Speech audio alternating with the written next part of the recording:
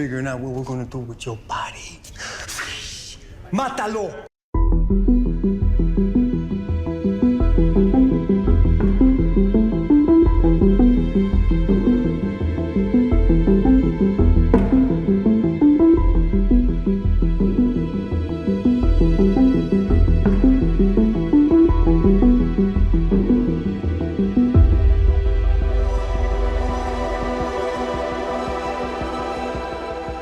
Wilson Ramirez. Hey, what's up? How you doing, Dave? Doing really good, man. It's good to see you. This is the first chance I have had to talk to you face to face. Well, I haven't met you in person, but over phone calls. You know, man, I appreciate you taking the time to just hang out on my channel here and just chop it up. It's a pleasure, bro. Thank you for having me on. Yeah. So man, I'm just gonna dive right into it, man. I've had really good references about you. Number one is Paul, who did the Kilroy movie. He had nothing but good things to say about you, brother. And also Jose Rosete. I just did a video with him, and Right. he said, man, he goes, I liked him automatically. He goes, that you take the craft of acting very, very serious, and he does too. And he had nothing but good things to say about you. Yeah. Jose, well, first, he's always had my back and always believed in me and stuff. And the same with Jose, I automatically, when I saw him, I said, this guy is just embedded in it, you know? And we just clicked. He supported me in my little clothing line I had, met him down there in West LA. Yeah. Where he lives at around there. I don't know if I want to give location and stuff, but yeah, it was down, you know, he's real good dude. I can't wait to be on set with him one day, you know? Yeah, man. I don't know. Did you get to watch the video I did with him? Yeah, I did. Yeah. Did you know that I had that much background with him from the past? Yes. Oh, you did? Yeah. Well, you told me he did some Darkroom Familiar stuff projects with you. Yeah. And I was like, oh wow, Jose's been around, you know what I'm saying? Like, so he's been doing it for a long time, but way longer than me.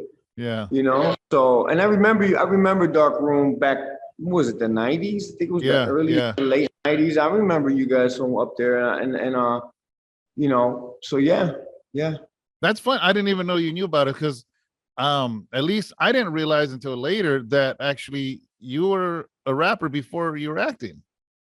Right. I was rapping. I actually, I was with I was doing my solo stuff, and then I actually got, for a short time, I was with the Mexicans. Really? With, Sinful and I'm Man. Yeah, for a short time, I was like the hype man. Did some stuff. I think we went to Hayward. We did some stuff in Hayward and in Stockton, I think. Yeah. And that was it. You know. Then you know, we did stuff. Didn't work out, but yeah, so I kept on doing my music, but you know how that is, man. You gotta put money in to make money, and I didn't have that hustle that I thought I had. Yeah, back stuff like that. Yeah, I live in Stockton right now. Oh, that's cool. Yeah, that's cool, man. Yeah, I like Stockton because I like the Diaz brothers. My son loves those guys. It's an old city, man. It's a really old city, because it was established during the gold rush, right? You know, and so it has a lot of history. You know, there was even an remember Abbott and Costello? Yeah, that I remember, because growing up, obviously, I grew up in Tracy, right next to Stockton, and they had an episode in downtown Stockton way back then. So it's a trip. Cool. Yeah, we're that old, right? Yeah, right. Yeah, I mean, Three Stooges, all that old stuff. I mean, all of that was old when I was a kid, but still, because my dad liked it, you know, He got me watching Abbott Costello and Three Stooges and stuff. So, man, I want to say this too, man, is that I was joking around with Jose Rosette, and because I did some movies with him, I had no idea what I was doing. It was kind of like it was three owners that owned Darkrooms, the label, and both of them were brothers, and they were like, "You're gonna be in the movie," you know. And I was like, "Man, I'm not an actor," you know. It is hard, man. It is hard, and it's weird because once the camera turns on, you think you're acting natural, and you're not acting natural. And even like, okay, the funniest thing is this: is that when if me and you were sitting here having a conversation, we would be probably maybe 3 feet away from each other. But when you do that on film, it looks weird. So you actually have to be closer. Right. But it feels awkward, but yet on camera it looks natural, just weird little stuff like that. It is, it's very weird, but that's how we do it, it's just movie magic. It's crazy.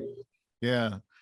So man, what is another thing that the first time I saw you was on the Kilroy movie, man. I know you had did some stuff before that, but the first time I personally saw you, I remember I met Paul, and he introduced me and to the movie, and I'm like, who is this guy? You know what I mean? Who is this guy? Because you had just this demeanor. You're not boy, ese. You're Kilroy. Vale. Orderly, Kilroy. See why I want you in my cell? I heard you pull the shank out of your chest and then knock sleepy out. Kilroy, you gotta read this book. It's got wars, fights, everything you can imagine. You can't serve two masters, Kanan.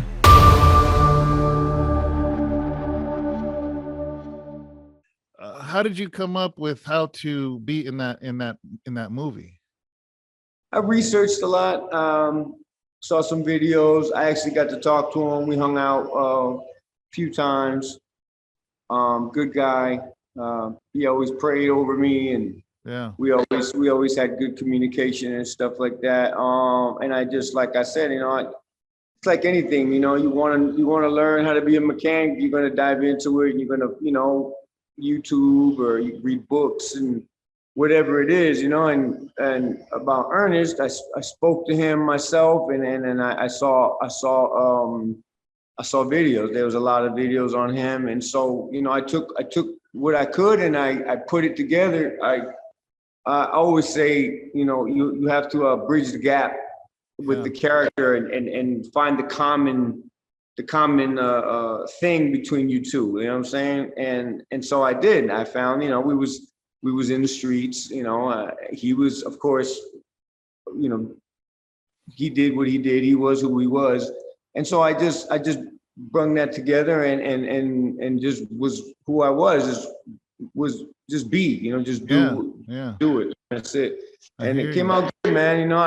I wish it was better production. It was good. I know where it was trying to go. I was happy there was my first lead role, and I took it. I just said, you know what, I ain't worried about the money, and I just want to bring something, show people what I could do, so. And that's awesome. I got to meet him once. I did an event with him at a church. A lot of people, I'm sure everybody knows that he was a newborn, born again believer in Christ. And I did an event with him a little bit past Sacramento. It's called Lincoln, California. It's a little church, little town in a church. Me, Kilroy, and MC Boulevard.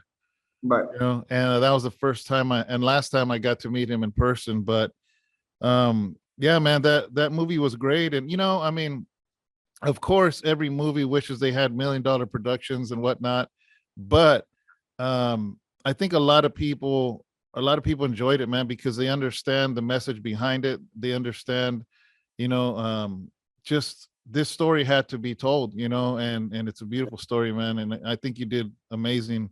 You did great in it, and and it is hard, so I gotta ask this, is that like Jose Rosete, I didn't realize, I've known him for years. I didn't know he actually went to an acting school, but some people fall into it, so like I remember hearing about Tupac. When he first got into acting, he was there with a friend that was trying to cast for is it Juice? Right. Yeah, it was Stretch. He wasn't trying to act or nothing. He just happened to be there and he fell in. Did you go to acting school, or did you fall into it, or what happened? I went to acting school. At first, like I said, I was doing music, but then I was just like, my debauchery was out of control. It was no more recording. It was just more fun and horrific experiences and stuff, you know, especially for my family, because I was still married. Well, I still am married to my wife, but it was just, you know. And so I took about a year. I was getting clean, and I still wanted to do something. I still had the entertainment in me, but what? You know what I'm saying? And I saw my friends from Technique Car Club in Baldwin Park, and they was using their cars for the Sons of Anarchy show. Oh. So I just made a call and I asked them if I can get on. They said, yeah, sure, because my friend's girl was casting like the background, the gangbangers and whatever, you know. So I got in like that, and I had like my first day was like a 15-hour shoot. I mean, I made like, you know, for that time, I made like $300 like that one day. And I was like, and it was just cool seeing everybody and seeing how they did things. And I already had kind of an idea of how things ran, but I got the itch. And so at the time I was in Ontario, California. So I found a little school there. I started going there. And then I went from there on to LA, because I said, well, I kind of like, you know, did everything here, and I really want to test the waters in LA. It's like, you know, you want to test the waters in New York if you want to, you know, be in plays, or you want to do theater. I mean, you know, and stuff like that. So, yeah. So then I went to Anthony Gilardi's acting school and stuff, and Richard Cabral came from there. Sonny Ione came from there, and I just, I gravitated to it, and I, you know, started going there to learn more, you know, learn the basic stuff you want to learn, you know, how to hit your mark, and you know, the fourth wall, and, you know, don't break the fourth wall, and don't look at the camera. There's things that you need to learn on set, just the basics. But then after that, then you get, you know, into breaking down scripts and stuff like that. And yeah, so, you know, and building a character. So those things are very important. Is it 50-50? Like, for instance, shows like Sons of Anarchy, is it 100% on your acting ability, or 50-50 on your look for any movie, for anything? Is it, you know, because do you think sometimes somebody chooses somebody that has a look more than somebody that can act better, that doesn't have that look that they need? Oh, you mean like auditions, or you mean just like booking roles? Yeah, like, you know, like, okay, for instance, like when I did my one, I did a short film, and I was casting it, and I already knew who I wanted. I already had it in my head. So even if you came in and you auditioned for, you know, Pelon or something, right? But I already knew who Pelon was. Now, if you razzle-dazzled me, I might give you another character, or I might give you the character that I already have someone locked in. It just, you have to show me something. But, you know, a lot of times networking is very important. A lot of people play a lot of roles. I'm not saying that they can't act. There's some guys that, Jose acts very well. Yeah. Very, very well. And he's still kind of like diamond in the rough, man, you know? Yeah. Yeah. Kind of like he hasn't really been seen yet. You know, he's done a lot of out of country type stuff, and that's cool. But, you know, nothing in the mainland, you know what I'm saying? I mean, nothing major that I've noticed. And it's like, because he's that good of an actor.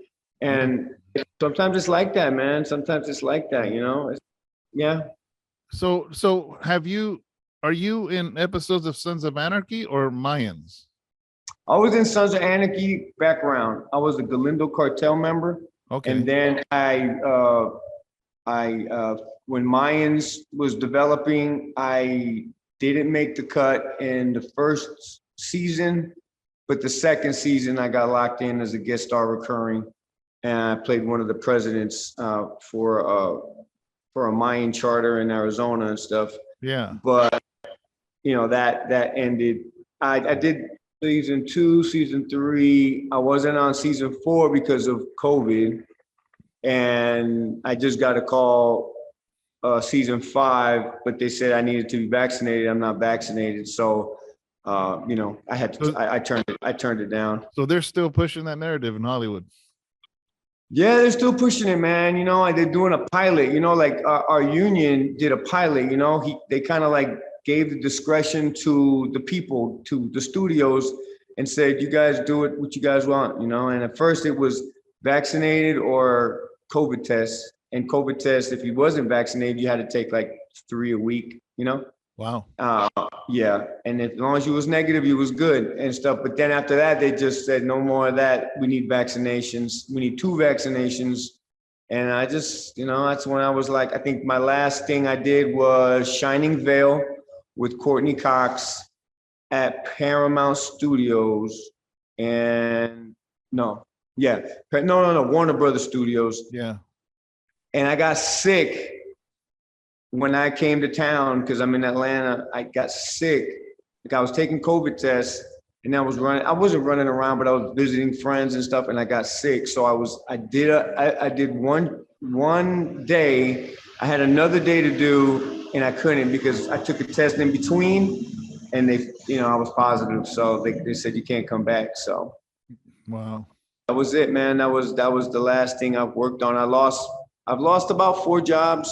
Yeah. People think that I'm quitting jobs. No, I got a job because they're not really pushing the vaccination. They say you can take it, but you're not required. But I just refuse to do it for like motion pictures. In the thick of things, I just don't. So what I wonder, I'm curious, and what would happen if a Will Smith or Tom Cruise or somebody says, yeah, I'm not getting it. I wonder if that adds leverage, if they were going to turn him down for a film. I'm just curious. There was 2 actors. I don't remember the soap opera. I think it's either Days of Our Lives or General Hospital. He was there. He's been there like I think 2 decades. Wow. As the character, and they said, you guys got to be vaccinated. He was like, I'm not doing it. They fired him. Really? Yeah, so it didn't matter, and I'm just a day player. Yeah. He's a series regular. And the same thing happened with another actor on 9/11, the show 9/11, I think with Angela Bassett.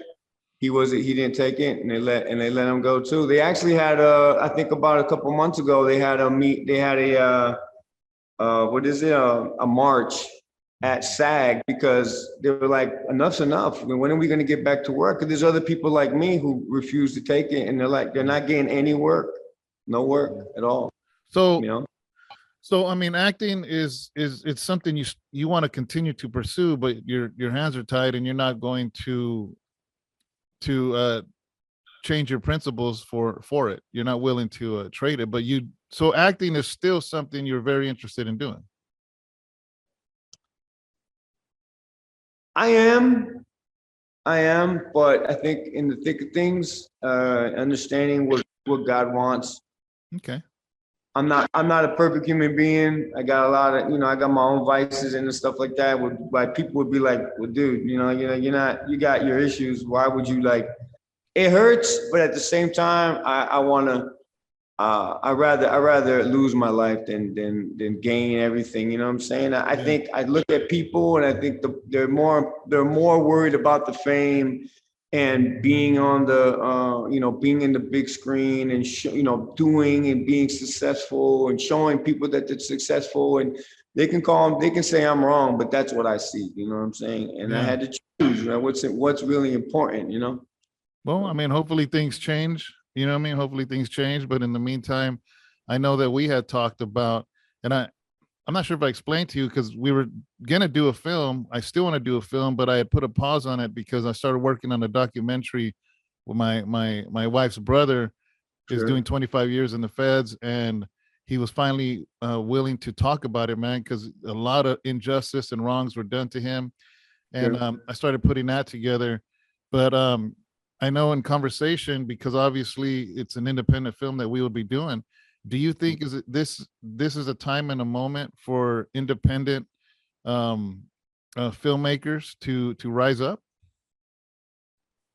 I think it's always good for anybody who wants to be creative and show what they could do to rise up. I don't think it matters whether it was COVID or not. Yeah. I think reaching out to actors, if they know what's going on with them, like I have no problem working independent films and stuff like that, as long as, if they say, hey man, you don't need to do this and that, plus the CDC lifted a lot of rules and regulations. They're saying that, vaccinated, unvaccinated are the same thing. So what's the problem? And that's the main part that confuses me. If the CDC itself, because that's what everybody's following, said, because there's a lot of people that have had COVID, 2, 3, 4 times already, unvaccinated, and it's just it just makes sense that the CDC said that. So that's why I thought those things had been lifted already, through filmmakers in Hollywood and whatnot. But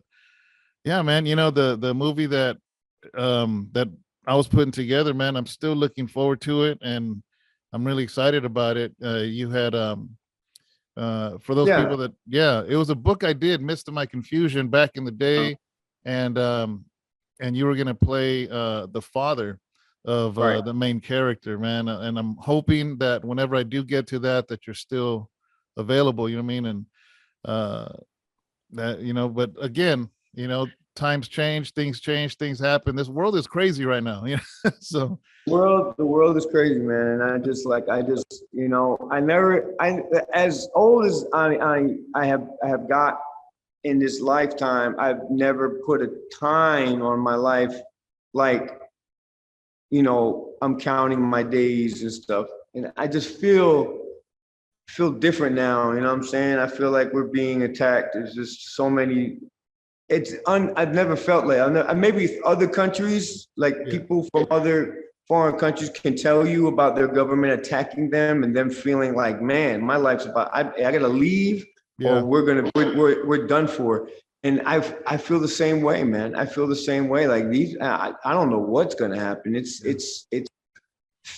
my faith is really being tested, because I gotta shake it, because the fear and what's gonna happen if I'm gone and my family's gotta be fend for themselves, or you know what I'm saying? Like it's scary to think, man, and it's not fair, man. It's not. The government's never been there for us, because we've been in the streets and we've seen from police all the way up to judges and the prosecutors, how they've been with us. But on top of now, it just seems like it's like, whoa, this is like, you know what I'm saying? It's just, I don't know. No, I understand. I sometimes I watch politicians or news and I'm like, where's the logic? It just seems like logic is thrown out the window. I mean, as a pastor of a church, man, I remember when the whole thing started and everything shut down, including churches, you know what I mean? And churches were one of the main things targeted because, a lot of people gathered there, and obviously I love my families and we didn't know how crazy this thing was going to be. You know what I mean? They're talking, Spanish flu and ditches with bodies dumping them. And so we didn't know. So of course I shut down in the beginning, but once we did lose one person. He was actually our greeter that opened the door for everyone. He was always had a mask on. He didn't want nobody touching the door handle. So he was opening the door handle for everyone. And he's the one that got sick and passed, man, from here. So it was a very real thing. But nevertheless, we weren't going to stay shut down forever. You know what I mean? I realized that in the first time in all of history of the world, every church in the world, the doors were closed. And and I'm like, this ain't right. You know what I mean? This ain't right, man. And then I started seeing not just the churches, like for instance, there was a little clothes shops, or like I'd buy my t-shirts or things like that were shut down, but yet you can go in Walmart, Target, and buy a t-shirt. Right. Furniture stores, little furniture stores were closed down, but I could buy a couch at Costco. You know what I mean? And it started to feel wrong, man, because these places of business were shutting down. It's like Burger King was open, but the little burger shop, he was shut down. And it just it just stopped making sense, brother. It stopped making sense, you know what I mean? And we stayed closed for a little bit, and then they said churches could have service outside. So I'm like, okay. Right. I went and got a used PA system and we set up chairs outside. But then when I saw a lot of people rioting, when I saw a lot of people out there, they were just bunched together. And then when the governor said in California, you can no longer sing in church, I said, you know what? I'm done. I'm done. You cannot, you can't stop. Amen, bro. Yeah. You can't stop the church from worshiping the Lord, man. And Right. And we've been open ever since, man. We've been open ever since. And so it's I commend you for that. I commend you for that, man, because I mean, it's like after a while, it's like, I'm mad at you, you're mad at me if I'm not vaccinated, but we're not mad at the government. We're not mad at the people who caused this, because it's not just something that just occurred. A lot of things have happened. There's a lot of science that goes behind all these experiments and all these new things and bioweapons. And you know what I'm saying? These people have a lot of time and a lot of money to do things, DNA from a goat and making another animal, making the same animal with no mother. And then, you hear about, just if they can do that with animals, think about what they could do with humans. You think scientists or a movie that made a Frankenstein, you think they want to make other people, or you know what I'm saying? I mean, no, I hear you, and it's endless. Bro. I remember I was maybe in the 90s when AOL came out. Remember, like a dial-up network, internet. Yeah. And they would send those CDs to everybody for free, and you get on the internet and AOL.com. This was in the 90s. I found out that the internet was created in the 40s. The government, the military had the internet for 50 years before. So think of that, and think of it, how quick things advance now. So there are things that's not far-fetched to say then that there are things that we won't learn about till 50 years from now. Right. That's a crazy thought. It is a crazy thought, man. Yeah. I remember how advanced. Remember the movie Shawshank Redemption, when the old guy finally comes out and he's like, the world got in a big dang hurry. Yeah. Remember, he's crossing the street and almost gets hit by a car, and he hung himself after, because he was like, I'm not part of this world anymore. This world is too fast. And that's in like 100 years. I forgot what, but I'm saying from where I was to back 100 years and how fast everything advanced. Yeah. I'm just like, man, this is really quick, like really, really quick. Before that, everything was like, man, it was just different. Farming was important, washing clothes, things you did at the house was very rigorous. You know what I'm saying? Yeah. Cleaned everything, you did everything and stuff like that. But I mean, they even say that the technology in the 60s of NASA, our phones surpass the computers they had. Right. So the advancements of that is crazy, insane, man. Just and what's the thing is, it leads into a rabbit hole. You know what I mean? Because we're never gonna know these answers, at least not now. And unfortunately, all we can do really is admit to ourselves that there's more than we know, and for God to protect us, man. For God to protect us, because there's a verse that says that that these signs will follow those who believe. They will cast out demons. They will lay hands on the sick, they shall recover, and they shall drink poison and it shall not hurt them, right? And I'm like, what poison are they talking about? But look at our food. Like, even if we try to eat healthy, it's all been altered. You know what I mean? So literally, when we ask God to bless our food, that is more than a religious cliche. I am literally saying, Lord, please bless this food, because there's so many genetics that have been changed in this food that there's nothing I can do. I have to eat. You know what I mean? And I'm just like, Lord, you said no poison shall affect me. So let me eat this. Let me get nourishment from it. But here's the thing. I mean, we all know that, cancer, even heart disease, everything is the food we eat. What can we do? Even if we try to eat healthy, that healthy stuff is tainted. Right. And everybody's gotten so busy.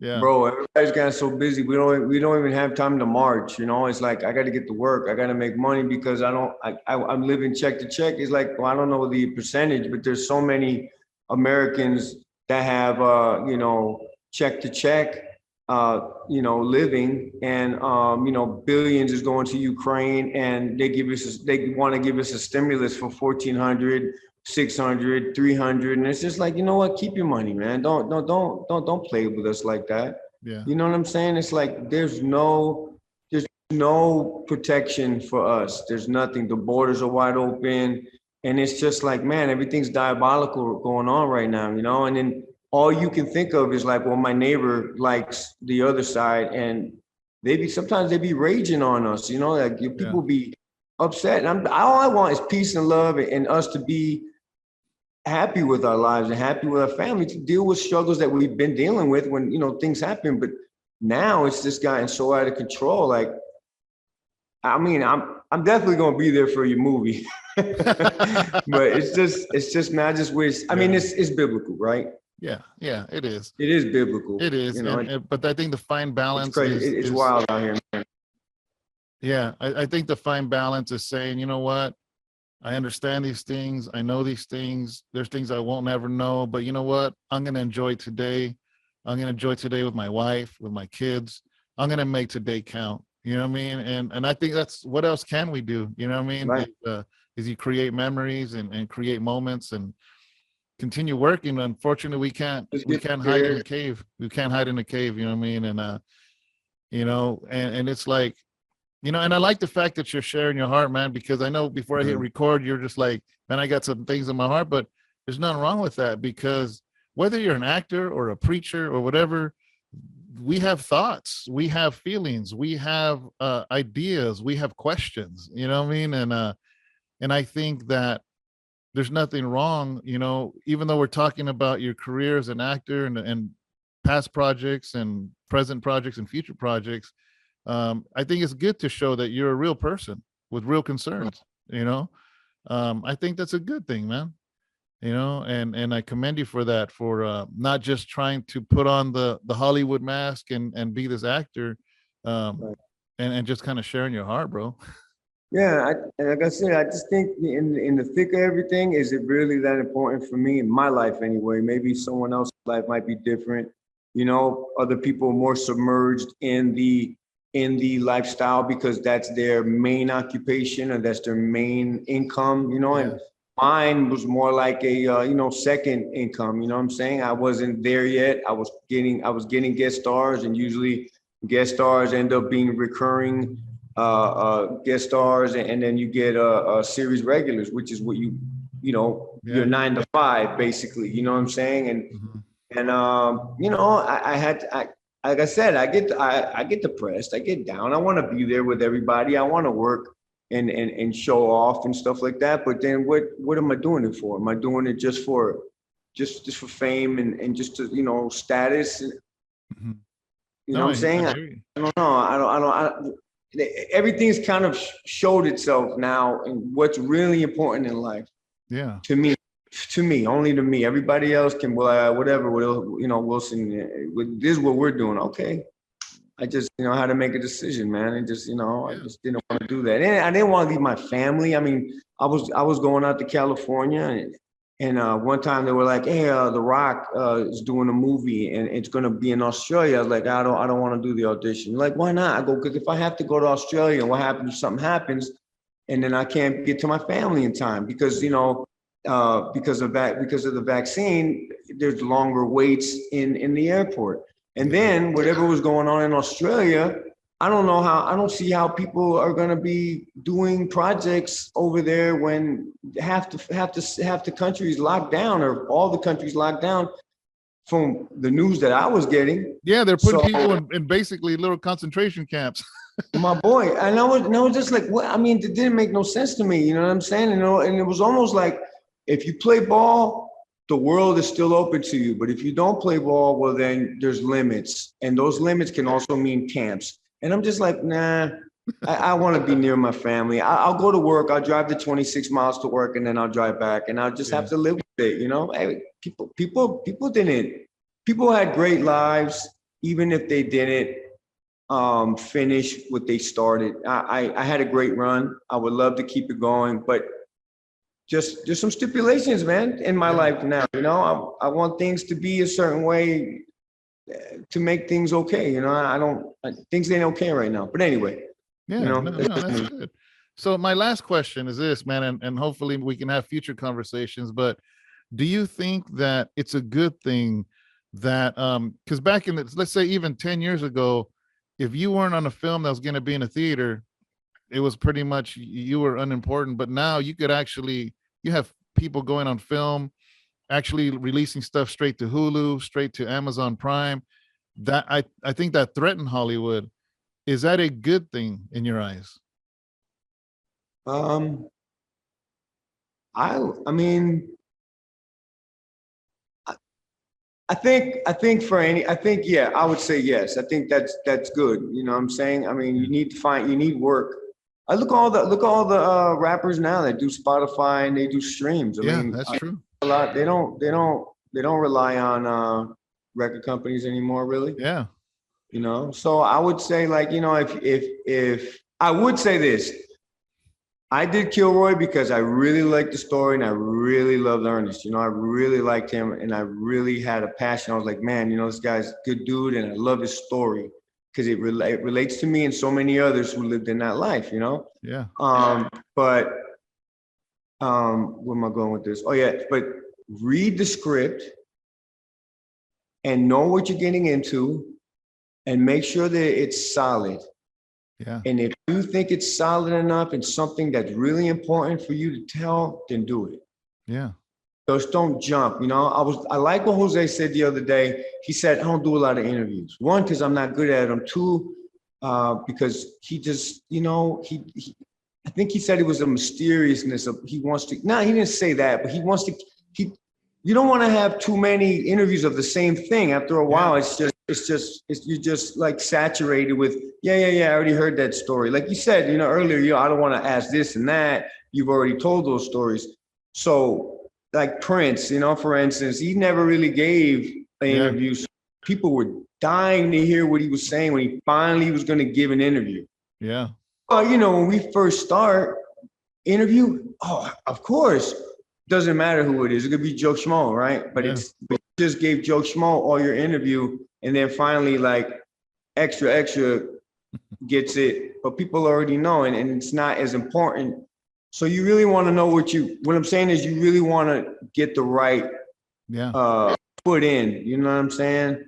Yeah. If that makes sense and stuff. It just is for experience, just experience. Because people were saying, oh man, why'd you do Kilroy, oh, this and that? I go, I did Kilroy because it was a passion for me. And it was a chance for me to show what I could do. Yeah. And like you said, the people that really did love the movie and understood the content and got past I've seen B movies were like, okay, yeah, you know, but I understood where the movie was at. Yeah. Other than other people, you know. I have seen B movies that have a strong story, and then I've seen high-end movies that the story's horrible. Right. You know what I'm saying? Yeah. Yeah. Exactly. So I think that, you know, and in talking to Paul, you know, the director, I mean, just like myself, I've done movies, the darker movies in the past, and even I did a Christian movie called Always With You. And even then, I mean, you learn, you know what I mean? I'm happy with that project, but then I look back, I'm like, oh, I could have did this better. I should have did this angle. I should have had, instead of a boom mic, I should have put a lapel mic on them, you know, or this or that. And Paul's the same way, you know what I mean? He has said, man, you know, if I could go back and do that, I would do this, do that. And at the same time, though, you're just like, man, you know what? But I learned from it, you know, and people watch it, and people have enjoyed it. Yeah, you know.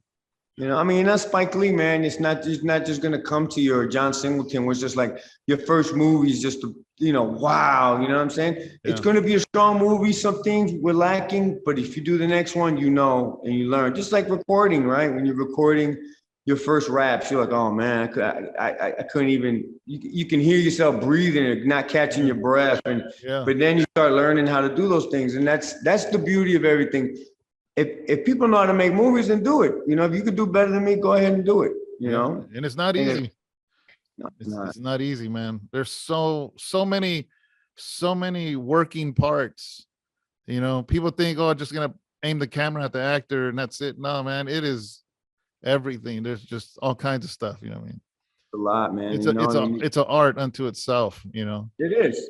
It is, man. It is. So, you know, pat yourself on the back, man, with the shit movies you've done, the movies you plan to do. Even Paul, man. You know, I hope we got a movie that we did called Monstro with Vince Romo. That's like one of the last ones I did.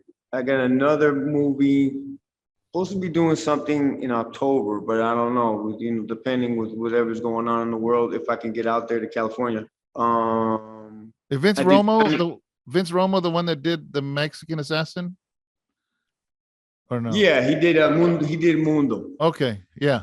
So we did a movie called he did Cholo Zombies, and then he did this movie, it's spin-off of Cholo Zombies called Monstro. Okay. So that was supposed to be released Halloween, but so we're still waiting for a date. Yeah. But that's like the latest thing I've done. I also, and Shining Veil, which I think is on Stars. I think it's on Stars with Courtney Cox. That's one of my last TV shows I did. And yeah. Well, I mean, I know for sure that when I get to doing Midst of My Confusion, I want to get this documentary under my belt. I do want to have you in it and Jose Rosette, so you guys will be in the same cast along with, I love it, man. along with some other people. I want him to play your brother. Yeah, I can see that. Yeah. So you're actually gonna be the good brother, but you're a good brother because you went through some stuff in your life and you just grew up, you know what I mean? And he just continued on that path, you know what I mean? And so in and out, he's the one in and out of jail, huh? Yeah, and your son is in the middle of that, because your son in the movie, his name's Joaquin, and he's inspired by you because you're his dad, but he's also looking at his uncle and the stuff his uncle's doing. So man, I'm really excited to do it. And even just sitting here talking with you, it's getting me all hyped up about it again. That's cool, man. Hey, I'm like I said, man. I'm there, brother. I'm there. I would love to be there, and I'd love to be a part of it, Dave. Yeah. So that's pretty much it, man. I'm gonna stop recording. I just appreciate you. Any last words you want to say to the viewers watching, or shout out? Man, just to everybody out there, man. Love. Be grateful for the things that you have. Do the best you can every day, and just be thankful that we're breathing still, and that we have a chance to always ask for forgiveness. That's really where I'm at right now with it. Just right now, I'm just really grateful for this interview, and I'm glad how it turned out.